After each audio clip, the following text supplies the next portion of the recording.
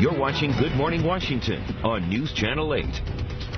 8:18 is now your time. Up next, a fun way to learn. We are checking out toys that teach when we come back. Well, we have got some brain teasers, so to speak, here today. If you're still doing your Christmas shopping and you're looking for great ideas that are fun and help your children learn, you want to listen up to our next guest. Maureen Loftus is the Executive Director of LearningRx. It's a brain training center, and she is joining us with toys that teach. You know, my kids are off for like 2 weeks, and, you know, they've been working so hard and studying. I want to give them a break, but at the same time, 2 weeks is a long time to just kind of like let their brain go to mush. You don't want that to happen. You really don't. No. But you don't need, doesn't mean that you have to break out the workbooks and get the worksheets out to have their brains be active. You can actually really work their brains in a fun way. Okay. So what do we have? To start with, I always like to bring out the staple, Legos. Okay. Oftentimes we think that we need to have the latest and greatest in games, and Legos are one of the best things for children, especially the younger children. But it can go all the way up into adults as you build these very elaborate constructions with the Legos. It does. It takes some work. Some of the kits that they have together, I mean, those can take, well, hours and days to make. Yes. But a lot of thinking is involved in that. Exactly. And you can now even program the Legos to do something robotic. But but the Legos are a great staple for the younger ones. We have this game Spot It, which is a game that actually enhances your visual processing. Okay. And what you're trying to do with the Spot It is there's on each card there's 6 items, and you have to match 2 items between the 2 cards.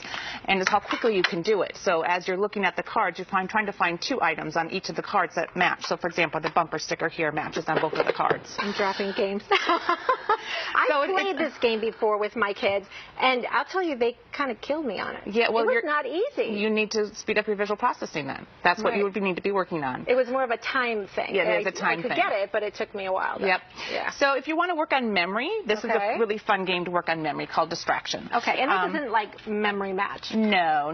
This is something where you can even play with a group of friends where you are getting a series of cards and you have to remember the series of numbers on them.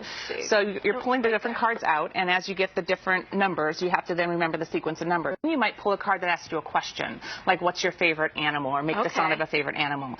But then you have to go back and say the entire sequence of numbers. Which is hard to do. That's a real cognitive thing. My mom works in occupational therapy, and those are some of the things with people who have memory issues for them to be able to recall, so you can get started early on That's right, and working memory is a very critical skill for being able to learn with ease. Okay. So some games that help with visualization, Blockus and Corridor. These are 2 games that help with visualization as well as planning. Of course, we all need to learn planning skills. Yes, this is a good thing. Okay, so there's some strategy involved in both of these games as well as planning, but also visualization. Can you visualize where you're going to play next? Okay. And then we have something here for those that love numbers, and maybe for those that don't love numbers, that's Sudoku. So this is going to help you with your number fluency as well as it's going to help you with your memory. Is that like the puzzle thing that you'll see in the newspaper? Exactly, but it's with the physical actual keys there. Is there something to be said for when you do something visually and you do something with your hands, when you use more than one sensory, you tend to remember things longer? Yeah, that's very true. It's also a great way to just make connections in the brain. It's called multimodal.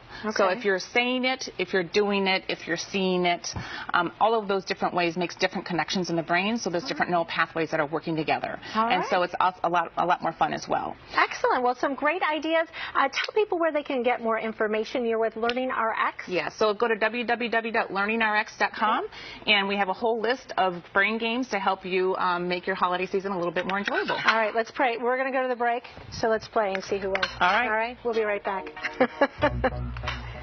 Yield sign.